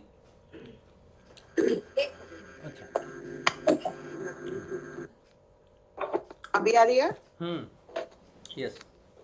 जय गुरुदेव। मैं अभी वो लक्ष्मी जी को सुन रही थी जो यूएसए से बात कर रही थी। हाँ, विजय लक्ष्मी। गुरु माँ के लिए जो बोल रही थी, तो वो जो भी बोल रही हैं वो बिल्कुल सत्य है। और उनका यही समर्पण एक दिन उनको वाकई में बहुत जल्दी दर्शन कराने वाला है, क्योंकि ये जो बातें बोल रही है यही समर्पण मेरा भी बहुत ज्यादा रहा है। और मैंने, वो कहते हैं ना कि आप राधे राधे जपो चले आएंगे बिहारी, और जब आप कृष्ण का नाम लेते हो तो राधा की कृपा बरसती है। तो दोनों में से तो दोनों ही पूर्ण है और दोनों एक ही तत्व हैं, एक ही है, कृष्ण और राधा। तो गुरुदेव और माँ, तो हम कैसे अलग समझ सकते हैं उनको? तो इसलिए गुरुदेव गुरुदेव कर रहे हो या कुछ भी। अब मेरे साथ भी बहुत बार ऐसा हुआ कि मैं जब भी गुरुदेव से कुछ पूछती हूँ या मेरा जब भी ऐसा भाव होता है, और मेरी आदि से ज्यादा की जो साधना है, जिसे हम शक्ति कहते हैं, जिसे हम राधा कहते हैं, जिसे हम गुरु माँ कहते हैं, तो सारा का सारा आधे से ज्यादा साधना में काम उन्हीं का ही है और उन्होंने ही किया है। जब भी कुछ ऐसा गुरुदेव के सामने खड़ी हुई तो मुझे पता है कि मेरी साधना में मुझे गुरु माँ कहो, राधा कहो, अम्बे कहो, जो भी कहो, उधर उस शक्ति के पास ही गुरुदेव ने मुझे बार बार खड़ा किया है। अपने पास से हटा के एक झटके के साथ वहां खड़ा करते थे और इतने आंसू निकलते थे। और जो मेरे प्रश्न होते थे कुछ है तो क्योंकि गुरु माँ के से भाव, और मेरे को कभी ऐसा नहीं लगा कि मुझे समाधि पे जाना है या कुछ है। सबको देखती थी तो मतलब लगता था कि जाना चाहिए, पर कभी आज तक भाव नहीं उमड़ा। पर वो सब चीजें नहीं हुआ। अंदर से इतना समर्पण, शायद कहूंगी कि जो गुरुदेव ने इतनी बार दर्शन दिए, गुरु माँ ने 3-4 बार दर्शन दिए, और गुरु माँ ने तो 7 पतलों पर खाना रखकर, और गुरुदेव भी साथ में बैठे हुए थे, खाना तक परोसा है, खिलाया है। और ये कोई सपने की बात नहीं है, कहीं कुछ ऐसा नहीं है। और सबने दर्शन किए कुछ है, तो मैंने कभी ये नहीं, मैंने कहा जब गुरुदेव ने कराना है ना वो दर्शन तभी कराएंगे। मुझे नहीं पता, मैं वापस हॉलैंड भी आ गई तो गुरुदेव का बुलावा नहीं था, मेरे को उस चीज का कभी कोई पश्चाताप नहीं रहा है कि मैं जा रही हूँ या नहीं जा रही हूँ, जब भी उन्होंने बुलाना होगा। पर आज अचानक से मुझे एक कॉल आता है और जिसमें मुझे गुरु माँ वीडियो कॉल के सामने थी, और मैं इतना शॉक हो गई। मेरे से कुछ सेकंड के लिए ना तो कुछ आवाज थी, क्योंकि यही चीज मेरे साथ जब गुरुदेव मुझे मिले थे ध्यान में, और उन्होंने मुझे अपने पैरों में से उठा के, और जब वो सामने मैं खड़ी रही तो मुझे समझ नहीं आ रहा था मुझे रोना है क्या करना है। बड़ी देर में मैं गुरुदेव से चुपटी थी और चिपट के फिर मुझे पता नहीं लग रहा मैं खुश हूं कि मैं रो, फिर मैं तेज से रोने लग गई। जब मैं उधर से बाहर निकली तो तब भी मैं, यही आज मेरे साथ हुआ गुरु माँ को देखते ही, कि मेरे को समझ नहीं आ रहा कि मैं सामने देख रही हूँ कि ये क्या मेरे सामने, मतलब सोचा भी नहीं मैंने कि मैं ये कॉल उठाऊंगी और मुझे ऐसा सामने चेहरा आ जाएगा। और मैं बस देखते ही बड़ी देर तक से मैं रोती रही हूँ, मतलब कुछ भी नहीं। गुरु माँ ने इतने आशीर्वाद दिए हैं, इतने आशीर्वाद दिए हैं, मुझे नहीं पता था कि जो चीज नहीं चाहिए और वो चीज हो गई। पर गुरु माँ को जब भी देखती थी तो सिर्फ गुरु माँ को देखने पर सिर्फ एक ही चीज महसूस होती थी कि ये गुरु माँ नहीं, स्वयं राधा है, स्वयं राधा है। और ये भाव मेरा भी पहले दिन से ही था, जब से मैं इस साधना में उतरी हूँ 4 साल पहले से। और तभी मुझे बार बार गुरु माँ के, गुरुदेव के साथ साथ भी दर्शन होते रहे। और साक्षात, चलो वहां पे कुछ नहीं है, पर मेरे लिए अंदर से दर्शन होना भी साक्षात थे, और आज भी होना, और उनका आशीर्वाद आना, और स्पेशल मेरे लिए कॉल आना, ये मेरे लिए बहुत बड़ी बात थी। तो मैं लक्ष्मी जी से भी यही कहूंगी, आपका समर्पण बहुत ज्यादा है, और जो आप उनको समझ रही हो वही बात है, और ये मनोकामना आपकी बहुत जल्दी पूरी होगी। बस अपने समर्पण को इसी तरीके से बनाए रखना, गुरुदेव के चरणों में और गुरु माँ के चरणों में। जय गुरुदेव। हाँ, ये बहुत बढ़िया। जय गुरुदेव कविता बहन। जय गुरुदेव। जय गुरुदेव विजय। जानती हैं ये लोग जाता है पलाना, सब मेरे गुरु भाई बहन और हम और हमारे हस्बैंड, मेरे हस्बैंड बहुत ज्यादा इंटरेक्ट नहीं होते हैं पब्लिक से, पर हम और हमारे हस्बैंड यहाँ याद ही करते रहते हैं, इस बार हम लोग को कोई तो दर्शन करवा ही देगा, पर कोई भी हम लोग को नहीं करवाता। और फिर बताए गुरु माँ का याद आता है ना, हम बहुत रोने लगते हैं। मैं विजय जी आपकी इस बात से बिल्कुल कभी भी सहमत नहीं रहा हूँ, हमेशा सहमत और रहूंगा भी नहीं, कि आप अपने और गुरुदेव के बीच में हमें बीच में ला देती हैं हमेशा, कि हम नहीं करते, हम नहीं करवाते। मैंने कहा ना, हमारी औकात ही नहीं है कि हम कुछ कर सके किसी के लिए भी। ब्लेम नहीं है, एक ऐसी बातें मैंने कही कि कोई तो मुझे याद रखेगा, क्योंकि ये एक ऐसा माध्यम है ना कि शरीर में हम लोग हैं, हम लोग कोई ऐसे नहीं है कि तुरंत उठे और चले गए कहीं पर भी।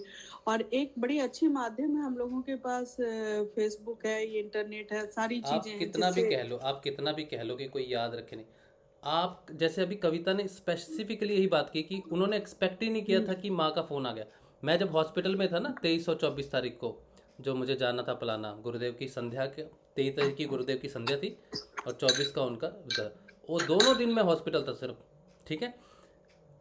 और जिस दिन मैं हॉस्पिटल से वापस आया हूँ, मुझे पता भी नहीं किसने किया, क्या किया, मुझे घर आते ही विदिन 1 आवर शायद गुरु माँ का फ़ोन आया।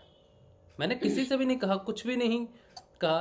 तो वो जगत जननी है। पहले तो आप इस बात पे पूरी, आप कहते हो ना आपको विश्वास है, तो आपको ये भी विश्वास करना पड़ेगा कि आपको दर्शन कराने के लिए हम याद रखें नहीं रखें, इसकी कोई भूमिका ही नहीं है। आपकी तड़प वो माँ देख रही है, जान रही है, और वो स्वयं, जैसे कविता ने कहा ना, कविता 3-4 महीने यहाँ थी, गई नहीं, बीमार रही वो ना। जब हम काजलवास गए थे तब बीमार थी बहुत ज़्यादा। उनका भतीजा आया और वो कहीं भी नहीं जा सकी, और जब वो वापस नीदरलैंड चली गई तब माँ ने फ़ोन किया, वीडियो कॉल की। इस बात से साफ जाहिर होता है कि हम कहाँ हैं, किसका माध्यम है, क्या है, डिपेंड ही नहीं करता। कविता और माँ के बीच में ही इन दोनों की जुगती है, जो भी है, उसको कब दर्शन देने हैं वो डिसाइड करती है। मैं सिर्फ इसी बात से आपकी सहमत नहीं हूँ कि आप ये सोचते हो कि हम जानबूझ के आपको याद नहीं करते या फिर याद नहीं आता। ऐसा कुछ भी नहीं है विजय बहन, कुछ भी नहीं है। जिस दिन उसने आपसे बात करनी है उस दिन कर लेनी उसने बात। मैं भी ऐसा भी होता है, अगर आप यहाँ से सोचकर भी जाएं कि आपको बात करानी है, वहाँ जाते तो भूल जाओगे आपकी माँ। मैं सच्ची बोलता हूँ, जब हम काजलवास गए थे ना, तब विजय बहन ने कहा था हमको बात करवानी है।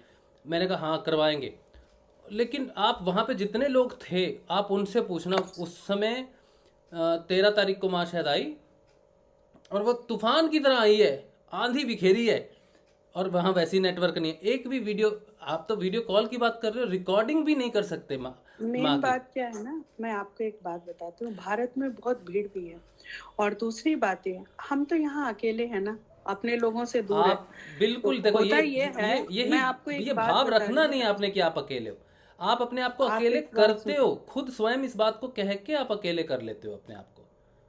कितने गुरु भाई हैं जो अमेरिका में रहते हैं, बाकी दूसरी जगहों पे रहते हैं, वो कभी इस चीज़ को नहीं लाते कि हम अकेले हैं, कुछ भी हैं। आप अपने आप को शब्दों से प्रस्तुत कर जाते हो उस चीज़ को लेके। मैं इसी चीज़ से हमेशा आपसे कभी सहमत नहीं होता, इस चीज़ को लेके कभी भी, कि आपके बीच में, गुरु माँ के बीच में, गुरुदेव के बीच में कोई दूसरा या तीसरा व्यक्ति कभी भी नहीं आ सकता। ये सिर्फ आपके प्रारब्ध पे, आपके विश्वास पे ही डिपेंड करता है कि वो आपको कब दर्शन देगी। जैसे आपने कहा ना, आपका शुरू से ही विश्वास था माँ के ऊपर में। मेरा पता क्या विश्वास था शुरू से, कि ये ऐसी ज्योति है, ऐसी परम ज्योति है कि मुझे कभी भी इनसे बात नहीं होगी मेरी, ये कभी मुझे दर्शन नहीं देंगी, क्योंकि मैं वहाँ तक पहुँच ही नहीं पाऊँगा, कभी भी नहीं पहुँच पाऊँगा। ये तो भगत भाई ने जब कहा कि माँ से मिलवाऊँगा, उस दिन पहली बार मुझे लगा कि ये संभव है कि हम माँ से मिल सकें, ये संभव है, नहीं तो हमसे क्यों मिलेगी माँ। हम तो बहुत ही साधारण से छोटे से शिष्य हैं जिन्हें माँ जानती नहीं, कुछ नहीं। भगत भाई ने जब पहली बार कहा कि माँ के दर्शन हो सकते हैं, उस दिन मेरे दिल में पहली बार लौ जली। मैं तो उस परम ज्योति को दर्शन, वो हम मेरी तरफ देख ले, मैं तो अपने आप को इस काबिल भी नहीं समझता था। लेकिन वो उसकी कृपा हुई और भगत भाई माध्यम स्वयं बने और हमें उनके दर्शन हुए। तो आपके और माँ के बीच में हम कुछ भी नहीं है। हम चाहे पलाना जाएं, अब सब लोग पलाना गए थे, मैं तो हॉस्पिटल में था। चाहूँ तो मैं कह दूँ कि इन्होंने मुझे याद नहीं किया या फिर मुझे दर्शन नहीं कराए, कुछ नहीं कराए, लेकिन मैं जानता हूँ कि वो मेरा कर्म प्रारब्ध है, मुझे काटना ही है। इसमें कोई भी दोषी नहीं है या कोई भी सहायक नहीं है। मेरी यात्रा अकेले की है और मुझे वो मिलता जाएगा, जो मेरी साधना में मुझे प्रकट होता जाएगा वो चीज़ मिलती जाएगी मुझे। और आपके साथ भी बिल्कुल वैसा ही है। अब आप थोड़ा शांत हो जाओ, मैं आपको एक एग्जांपल देती हूँ। देखो, इसको आप गलत वे में मत लेना। मैं गलत वे में नहीं लेता हूँ, लेकिन मैं नहीं चाहता कि आप और गुरुदेव की साधना में कोई व्यक्ति विशेष आए। सुनिए, मेरी बात सुनिए। आपकी जब तबीयत खराब थी, हमारे हस्बैंड से आपकी बातचीत नहीं होती है, ठीक है? देखिए, साधना को लेके बात करेंगे गुरु बहन, मेरी बात सुनिए। सिर्फ हम साधना को पूछा करते थे कैसा है कैसा है कैसा है। और बताऊं, दीपशिखा से, योगेश भाई से, न जाने मैंने किससे नहीं पूछा होगा। मैं इस बात को डिनाई नहीं कर रहा कि प्रेम की बात या फिक्र की बात नहीं कर रहा। आपने मुझे पैसे भी भेजे, मैं ये भी जानता हूँ। अरे राम, ठीक है, मैं जानता हूँ कि कभी ना बोला। नहीं, वो नहीं मैं कह रहा। मैं कह रहा हूँ कि बातें कभी ना बोला करें। अरे वो भी नहीं मैं कह रहा। मैं कह रहा हूँ कि बहुत सारे गुरु भाई, मैंने एक से भी बात नहीं की। मेरी वाइफ ने, पूनम ने सबसे बात की। मैं इवन जब मैं बाहर आ गया हॉस्पिटल से, तब भी उर्मिला जी के तो डेली फोन आते। इवन योगेश जी से मेरी बात नहीं हुई। आप योगेश जी से पूछना। योगेश जी से मैं तो आपको डिस्टर्ब भी नहीं करना चाहती। मैं तो मतलब योगेश भाई से और दीपशिखा बहन को ही मैसेज करती। नहीं, दीपशिखा से तो मैं बिल्कुल कनेक्टेड नहीं हूँ, बस वो इससे ही है। सिर्फ मैं योगेश जी से और मुझसे हुआ, हाँ, इससे बात किया या फिर योगेश जी से बात किया, ठीक है मैंने। और मैं किसी से भी पर्सनली फोन पे नहीं कनेक्टेड हूँ। उर्मिला से बात करता हूँ, उमा से करता हूँ, या योगेश से करता हूँ, या फिर एक दो से और करता हूँ। ज़्यादा सिर्फ यही एक माध्यम है जिसके माध्यम से। और मैं इस बात को एक्सेप्ट करता हूँ कि आप सबका जो स्नेह मुझे मिला है, जो प्रेम मुझे मिला है, वो मैंने फील किया है वहाँ पर। हर व्यक्ति ने मुझे, मेरा बिल इतना बड़ा बिल वहाँ पे आया है 2-4 दिन का ही, वो सब आपने ही पे किया है। मैंने एक पैसा भी नहीं पे किया उसमें। तो ये स्नेह ही है ना मुझे, कि मैं मुसीबत में आया और मेरे सब गुरु भाई बहनों ने, मेरे गुरुदेव सब परीक्षा लिए। हाँ, सबका हाँ, सबका ये बात सही है। लेकिन शरीर से तकलीफ में रहा और कौन मन से तकलीफ में बहुत फिक्र हुई थी। विनोद भाई को भी बहुत चिंता थी आपकी। हाँ, विनोद भाई को बहुत चिंता थी और भी फिक्र थी बहुत। मेरे बार मैसेज आ रहे थे, बार मैसेज आए जा रहे थे। हाँ, मैंने सबका देखा मैसेज बाद में। लेकिन आज तक, अभी तक मैं रिकवर कर रहा हूँ। मतलब ये कैसी डिसीज आई डोंट नो, लेकिन अभी भी देखो हमारा सुबह का ध्यान अभी शुरू नहीं हुआ है। अभी भी सुबह का ध्यान शुरू नहीं हुआ है। तो ये हम सबके लिए एक परीक्षा का टाइम था। हाँ, ये डार्कनेस थी मेरे ख्याल से ऐसी कि जिसमें सबके लिए सबक है कुछ ना कुछ। मेरे लिए कुछ बहुत कुछ खास सबक कोई के लिए था ये। हाँ, और जैसा आप बोलते हैं ना कि मैं वहाँ अकेली पड़ जाती हूँ। रात की बात है, 23 तारीख रात की बात है, जो आप बोलते हैं ना मैं अकेला पड़ जाता हूँ। तो जब मैं हॉस्पिटल में था ना, तब आप समझ लो कि आप जो फीलिंग सोचते हो कि मैं अकेली हूँ, जिस तरह से आप सोचते हो, वो एक सेकंड के लिए मुझे लगा कि मैंने कहा यार आज 23 और 24 वहाँ पे सबसे बड़ी रोशनी, और हॉस्पिटल में एक बीमार व्यक्ति जिसके पास ना मोबाइल रख सकते हैं, ना टीवी, ना कोई किताब, कुछ भी नहीं रख सकते। और मैं यहाँ पे बैठा हूँ, आपका साधक हूँ, ठीक है। उस दिन मुझे याद है, मैंने कहा इतने हमने सत्संग किए हैं, इतना सब किया है, तो आज एक जगह बहुत जगह रोशनी है और एक जगह डार्कनेस है। तो आप मुझे उसी समय डार्कनेस में लेके आए। तो मैंने प्रश्न गुरुदेव से उस समय पूछा था। तो उससे पहले गुरुदेव ने मुझे पूरी अष्टावक्र गीता पढ़ाई थी। अष्टावक्र गीता का जो मूल है वो यही है कि ईश्वर जो है वो इसी क्षण प्राप्त हो सकता है। आप किसी भी अवस्था में हो, उसी क्षण अगर आप शांत हो जाओ या फिर आप खाली हो जाओ अंदर से, तो उसी क्षण प्राप्त हो सकता है। वो अष्टावक्र गीता ने उस समय उस अंधकार में मुझे आनंद दिया। जो आनंद इन्होंने वहाँ जाके फील किया, नाचे गाए, एक दूसरे के साथ सारा समागम किया, वो सारा वहाँ पर गुरुदेव ने उस क्षण में मुझे प्रकट किया। उसका मूल था कि जो ज्ञान अष्टावक्र गीता में राजा जनक और उनके बीच में माध्यम होते हैं। तो मेरा कहने का अर्थ यही है कि आप जो ये कह रहे हो ना कि मैं अकेली हूँ, तो आपके और गुरुदेव, बस मैं ये कहना चाहता हूँ कि हम हमेशा आपको याद करते हैं। हम कभी नहीं चाहते कि विजय को ना हो दर्शन या फिर विजय को हम भूल जाते हैं। मैंने आपको याद रखा काजलवास में, लेकिन वीडियो भी रिकॉर्ड नहीं कर पाए। लेकिन अभी आपने जो कहा कि फ़ोन पे वीडियो कॉल आपको करना है, तो मैं खुद रिस्पॉन्सिबिलिटी लेता हूँ कि जब भी फ़ोन पे बात हो मेरी, उसी समय मैं आपको फ़ोन करूँगा। और मैं समय भी नहीं देखूँगा, चाहे रात हो चाहे दिन हो, मेरे को फ़र्क नहीं पड़ता, लेकिन मैं कॉल करूँगा आपको उस समय, ठीक है। लेकिन फिर भी मैं ये कह रहा हूँ कि हम कोई भी किसी की भी औकात नहीं। अगर मैंने कह भी दिया ना ये बात, तो ये मैंने अपने भरोसे नहीं कहा, ये मैंने आपकी तड़प के भरोसे कहा है। मैं आपको यही बोलूँगा कि एक आपकी बेटी है जो तड़प रही है और तड़प के चक्कर में वो हमें कुछ ना कुछ कहती है, तो पहले उसको शांत करो उधर, ठीक है, उसको दर्शन दो, आप उसकी तड़प शांत करो। मैं यही भाषा यूज़ करूँगा, देख लेना कि वो तड़प रही है उधर, ठीक है। लेकिन फिर भी मैं माध्यम बनता हूँ या उर्मिला माध्यम बनती है या कोई और व्यक्ति माध्यम बनता है, ये तो माँ जानती है। और लेकिन आपको, अगर आप तड़प रहे हो, रो रहे हो, तो वो आपको दर्शन ना दे, ऐसा संभव नहीं, ऐसा संभव नहीं हो सकता। और मोस्ट प्रोबेबली जब वो बात होती है तो शाम के समय, इंडिया का जो शाम का समय है, तो आपका भी दोपहर का समय होगा मेरे ख्याल से, हैं? आपका सुबह का समय होगा। अभी सुबह हुई है ना आपके वहाँ पर? 8:30 बजे, 9 बजे होंगे शायद। अब 9 बजने वाले हैं, 9 सुबह के बजे है ना? तो कितने बजे उठते हो सुबह? मेरा कुछ नहीं है, हम सोते कब है ये पूछिए। हाँ, अच्छा, तो आप अगले 3 से 4 दिन के लिए अपना फ़ोन अपने पास रख के सोना, ठीक है? ठीक अपना है। फ़ोन अपने पास रख के सोना कि वो व्हाट्सएप की रिंग बजे तो आप उठ जाओ उस समय, ठीक है जी? ठीक है। चलो बहुत बढ़िया। चलो यहाँ रखते हैं इस चीज़ को। इनके साथ ना जरा ऊर्जा इतनी उठा देती है, ये ऊर्जा इतनी उठा देती है अपनी बातों से, ध्यान करने की भी ज़रूरत नहीं है। विजय से बात कर लो तो वो ऊर्जा पता नहीं कहाँ चली जाती है ऐसी है। चलो, गुरुदेव के हम साधक हैं, सब अलग अलग हैं, तो सबको गुरुदेव ने जोड़ा। अच्छा, और किसी का कोई कुछ प्रश्न हो? अब इंडिया वाले जो है ना, वो उनको खुद प्लान करना है। अभी देखो आपके पास गुरु माँ के दर्शनों का बड़ा शुभ लाभ है, वो ये कि अभी जितने भी प्रोग्राम हो रहे हैं ना, माँ वहाँ पे प्रस्तुत हो रही है। जो इंडिया में रहते हैं, ठीक है, हाँ वो तो बाहर रहती है, और जो लोग बाहर रहते हैं उनके लिए तो वीडियो कॉल ही मेन सहारा है। लेकिन आप हिंदुस्तान में रहते हो ना, तो आप गुरु माँ से प्रार्थना करो कि आप जाओ और जाके दर्शन करो, भंडारे में जाओ, या ये जो प्रोग्राम हो रहे हैं ना बहुत महत्वपूर्ण है। और माँ इस समय ऐसे खुले दर्शन बांट रही है, दे रही है, एक एक चुनाव कर रही है, खुद फ़ोन करती है, वो खुद फ़ोन करती है कि बात करनी है। हम इधर से करेंगे तो नहीं होता है, वो करती है उधर से फ़ोन, ठीक है। तो एक्सेप्ट करती है मैं राधा हूँ, कहती है हाँ मैं राधा हूँ। हाँ, तो वो बहुत, और भी बहुत सारी, माँ बहुत मजाकिया भी है, आपके साथ बिल्कुल अलग बात करेगी। आपके साथ जो बात होगी, मेरे साथ जो बात होगी, बिल्कुल अलग, मतलब वो उसको पता है, वो अंतर्यामी है। और बस क्या कहें उसके बारे में। तो विजया जी की जब तक बात नहीं होती तब तक हम जो है अपनी कुछ खा रही थी, कह रही मैं देखो मैं ये खा रही हूँ आज, कुछ खा रही थी माँ। चलो, बहुत अच्छी बात है। तो ये बात आज की रही, तो हम याद रखेंगे। किसी की भी बात होती है उर्मिला, अगर आपकी बात होती है ना, ठीक है, तो आप वो वीडियो, अगर मेरी होती तो मैं करवा दूंगी। हाँ, मैं बोलूंगी। उसमें ऑप्शन रहती है, व्हाट्सएप की वीडियो कॉल में ऑप्शन, किसी से भी बात होती है, ये हम सबकी रिस्पॉन्सिबिलिटी है। जिससे भी अगली बात माँ की होती है, उसकी रिस्पॉन्सिबिलिटी है कि वो कहे कि उसकी एक बेटी है जो वाशिंगटन में बैठी है और तड़प रही है उसके दर्शनों के लिए, माँ उस पर कृपा करो और उससे बात करो थोड़ी देर।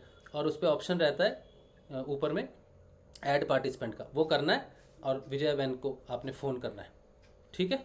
ये हम सबकी रिस्पॉन्सिबिलिटी है, सिर्फ मेरी नहीं है, वो सबकी बहन है और इस सेशन के साथ जुड़ी है तो एक परिवार है, और ये सबकी रिस्पॉन्सिबिलिटी है कि वो उनको दर्शन करवाएं, ठीक है। चलो, आज का सेशन हम यहीं पे रखते हैं, और आप सबको जय श्री गुरुदेव, जय श्री दादा गुरुदेव। और कभी कभी हमारी जय श्री दादा गुरुदेव, जय सबको यहीं छोड़ के जय श्री गुरुदेव, जय श्री दादा गुरुदेव, जय श्री गुरुदेव। और कोशिश करेंगे कि जल्दी से सुबह का जो सेशन है वो शुरू हो। और आज हो सकता था लेकिन नहीं हुआ किसी वजह से, हो सकता है कि कल हो। मैं सुबह 6 बजे आपके ग्रुप में मैसेज दे दूंगा सबको, ठीक है। तो सुबह का सेशन ध्यान शुरू करना है, बिना ध्यान के, बिना मंत्र जाप के हम आगे नहीं बढ़ सकते। इस बात को हमें दिमाग में बिठाना है। तो हमें वो जल्दी से जल्दी गुरु से प्रार्थना करके, हे गुरुदेव, जो पहले आज्ञा थी उस आज्ञा को रिस्टोर करें और सुबह शाम का ध्यान हमें दें, ठीक है। चलिए, जय श्री गुरुदेव, जय श्री दादा, जय श्री गुरुदेव, जय श्री दादा गुरुदेव, जय गुरु, जय श्री गुरुदेव, जय श्री गुरुदेव, जय श्री गुरुदेव।